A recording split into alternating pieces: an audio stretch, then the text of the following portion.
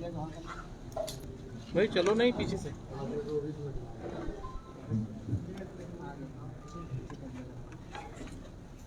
बैठ जाओ सुमित।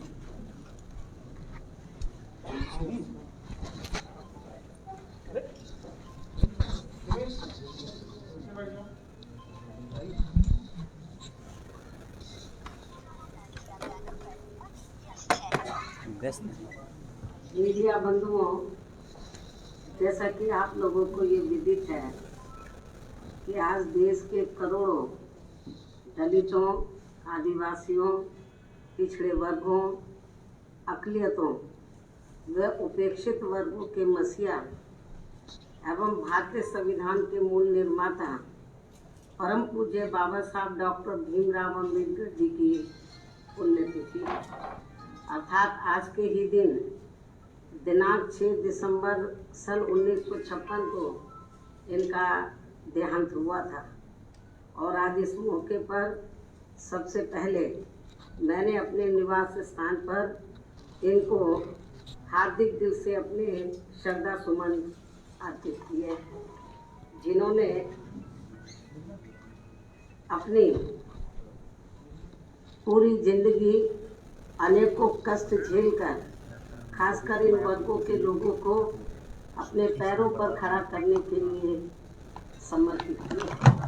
इतना ही नहीं बल्कि भारतीय संविधान बनाने का मौका मिलने पर फिर इन्होंने इन वर्गों के लोगों को हर स्तर पर अपने पैरों पर खड़ा करने के लिए इन्हें कानूनी अधिकार भी दिलाए हैं, जिनका यहाँ केंद्र व राज्यों की भी जातिवादी सरकारों के चलते इन्हें पूरा लाभ नहीं मिल पा रहा है। ये बड़े दुख व चिंता की भी बात है। इसलिए बाबा साहब डॉक्टर भीमराव अम्बेडकर ने अपने जीते जी इन वर्गों के लोगों को कानूनी अधिकार दिलाने के साथ साथ उन्हें ये भी कहा था, यदि इन वर्गों के लोगों को भारतीय संविधान में मिले कानूनी अधिकारों का सही से पूरा लाभ लेना है तो इनको संगठित होकर केंद्र व राज्यों में भी राजनीतिक सत्ता की मास्टर चाबी खुद अपने हाथों में लेनी होगी। और इस बात का सबसे बड़ा सबूत यूपी में बीएसपी के नेतृत्व में रहा 4 बार का शासनकाल है। और इस दौरान बीएसपी ने प्रदेश के विकास व जनहित के असंख्य ऐतिहासिक कार्यों को करने के साथ साथ बाबा साहब डॉक्टर भीमराव अम्बेडकर जी को भी विभिन्न स्तर पर पूरा आदर सम्मान दिया है, जैसे विरोधी पार्टियां अभी तक भी आसानी से हजम नहीं कर पा रही है। ये सब किसी से छिपा नहीं है। और आज उत्तर प्रदेश सहित पूरे देश में बीएसपी के लोग जिस भी रूप में व जिस भी स्तर पर अपने ऐसे महान व्यक्तित्व व मसीहा की पुण्यतिथि का कार्यक्रम आयोजित करके इनको अपने श्रद्धा सुमन अर्पित कर रहे हैं, तो उनका मैं पूरे तहे दिल से आभार प्रकट करती हूँ। इसके साथ साथ यहाँ मैं ये भी कहना चाहूँगी कि देश में संकीर्ण व जातिवादी सोच रखने वाली ऐसी पार्टियां व संगठन आदि भी हैं, जिन्होंने बाबा साहब डॉक्टर भीमराव अम्बेडकर की मानवतावादी सोच व संघर्ष का हमेशा विरोध किया है तथा उनकी घोर उपेक्षा भी की है। लेकिन अब वे अपने राजनीतिक हित के लिए दिखावटी व बनावटी प्रेम के रूप में मजबूरी में उन्हें याद करते हुए हमें नजर आ रहे हैं। यह उनकी इसी मजबूरी का ही नाम बहुजन समाज पार्टी है, जिसकी स्थापना के बाद से ही देश में टूटे व बिखरे पड़े हुए करोड़ों दलितों, आदिवासियों, अन्य पिछड़े वर्गों तथा धार्मिक अल्पसंख्यकों में से विशेषकर मुस्लिम समाज के लोगों को भी इस पार्टी ने बाबा साहब की सोच के मुताबिक चलकर इनके वोट की शक्ति व राजनीतिक महत्व के प्रति जागरूकता पैदा करके उन्हें उनके अस्तित्व तथा उन्हें गुलाम मानसिकता से भी काफ़ी कुछ आज़ादी दिलाई है। इसलिए बाबा साहब डॉक्टर भीमराव अंबेडकर को दिल जान से चाहने वाले उनके खासकर बीएसपी मूवमेंट से जुड़े करोड़ों लोग देश भर में आज उन्हें केवल नमन व याद ही नहीं कर रहे हैं, बल्कि उनके अति महत्व आकांक्षी आत्मसम्मान व स्वाभिमान के मूवमेंट को पूरे समर्पण के साथ आगे बढ़ाते रहने का संकल्प भी ले रहे हैं, तैयार भी कर रहे हैं। इसके साथ ही बीएसपी का संघर्ष व मुख्य लक्ष्य बाबा साहब डॉक्टर भीमराव अंबेडकर के अति महत्व आकांक्षी आत्मसम्मान व स्वाभिमानी मूवमेंट तथा उनकी समतामूलक व न्यायपूर्ण सोच को देश में जिंदा रखने व उसे आगे बढ़ाने का मूवमेंट भी है, जिसे कभी भी कम करके नहीं आंका जाना चाहिए।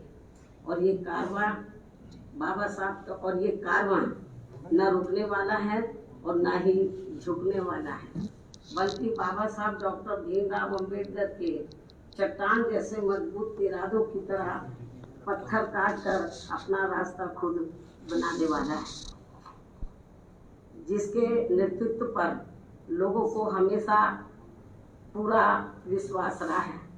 परंतु दुख इस बात का भी है कि कुछ लोग व संगठन अपने थोड़े थोड़े निजी स्वार्थ की खातिर खासकर दलितों, आदिवासियों, पिछड़े वर्गों व अन्य उपेक्षित वर्गों के वोटों को बांटकर बाबा साहब की मूवमेंट को कमजोर करने में लगे रहते हैं। हालांकि उन सबका स्वार्थ फिर चुनाव के बाद उन्हें पैदल करके फिर से ऐसा छोड़ देते हैं कि वे न घर के रहते हैं न घाट पे। लेकिन इन सब के बावजूद भी बीएसपी को अपने लोगों की भरपूर लगन, मेहनत व मिशनरी संघर्ष पर पूरा भरोसा है कि वे विरोधियों के इन सभी साम दाम दंड भेद आदि हथकंडों का डटकर मुकाबला करते हुए अर्थात सामना करते हुए अपने मकसद में जरूर कामयाब होंगे। और फिर इस बार सन 2022 में बीएसपी की पूर्ण बहुमत की सन 2007 से भी अधिक मजबूत सरकार बनेगी। साथ ही इसी चुनाव में यूपी से लगे उत्तराखंड स्टेट में भी इस बार बीएसपी अपना बेहतर रिजल्ट लाएगी। इसके साथ साथ पंजाब स्टेट में भी अपने गठबंधन की मजबूत सरकार जरूर बनाएगी।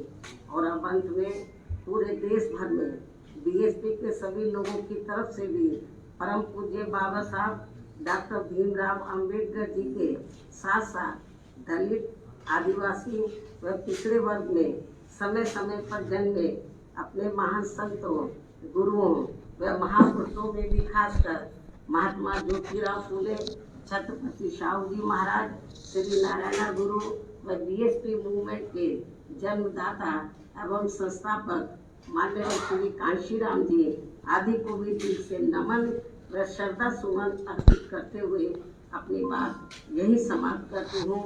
धन्यवाद। जय भीम व जय भारत।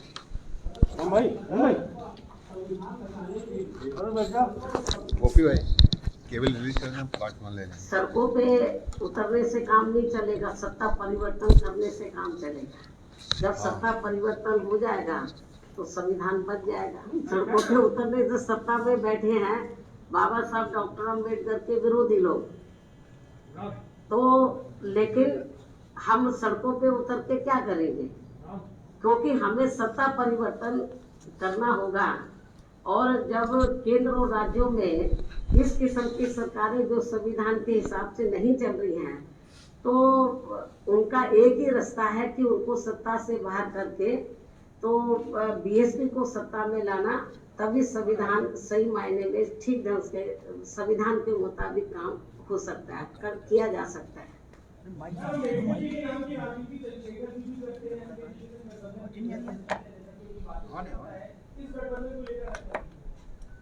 ये तो यूपी की जनता अच्छी प्रकार से देख रही है और ये भी जनता को मालूम है कि ये गठबंधन करने वाले लोग जो विजय रथ यात्रा निकाल रहे हैं, तो अभी तो विजय मिली भी नहीं है इनको।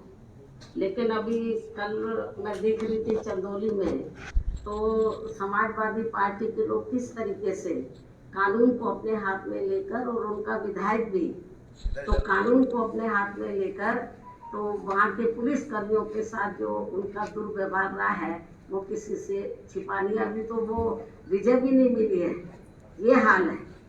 तो जनता क्या देख नहीं रही है?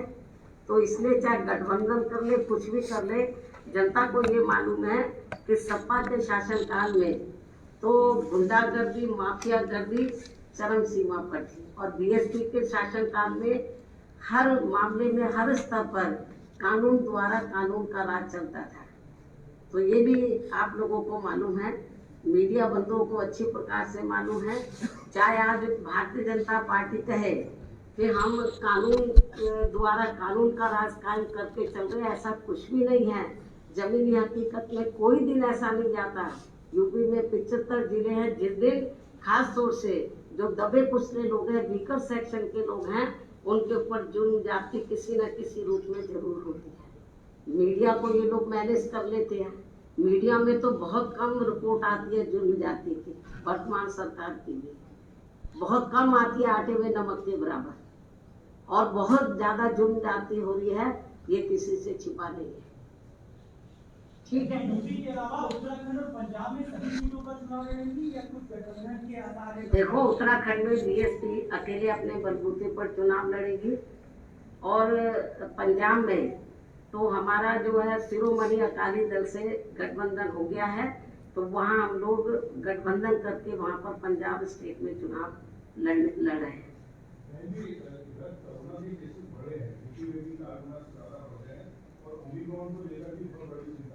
ऐसे में आने वाले चुनाव की तरह से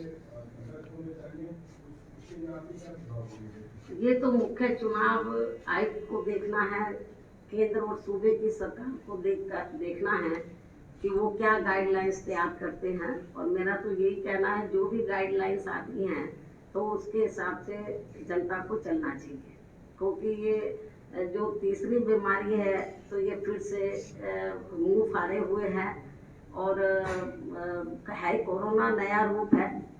तो इसलिए मैं समझती हूँ कि मेरे तो यूपी की जनता से नहीं, जहाँ जहाँ भी चुनाव हो रहे हैं जिन जिन राज्यों में, तो उनको भी मुख्य चुनाव आयुक्त की, केंद्र की सरकार की, वहाँ के जो राज्य सरकार है उनकी जो भी गाइडलाइंस आती है तो उसको फॉलो करना चाहिए।